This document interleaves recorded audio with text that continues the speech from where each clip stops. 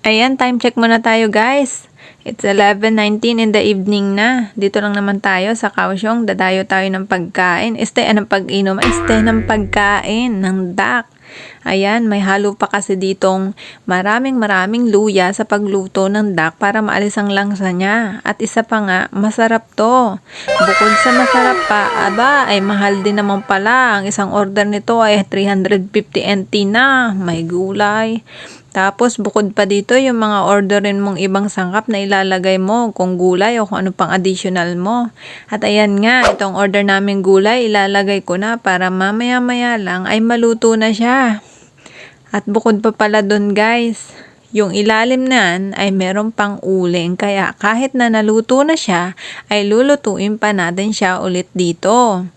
Kaya, lalong mainit pa ang inyong kakainin. At ayan nga, pag natikman nyo ang sabaw niya, grabe, sarap nito sa winter. Kasi, sobrang anghang. Kasi, gawa sa luya. Napakadaming luya. At ayan, ito nga pala yung favorite nilang isang sauce na maanghang. At lalagyan lang natin ng kaunti. At ito pa, imimix na natin para mamaya ready na. Para isasawsawan na lang natin ito ng nilutong dak. Kaya wait lang na tayo ng konting oras. Ayan, magbilang ka pa para mamaya kainan na. Ayan, yung favorite ko yung hita. Ang napakasarap. Oh my God. At ito pa nga pala guys, dumating pa itong isa.